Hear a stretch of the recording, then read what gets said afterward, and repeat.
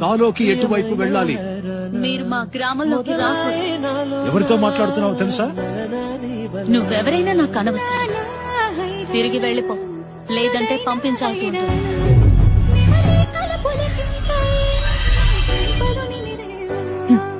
అయితే వెళ్ళవన్నమాట.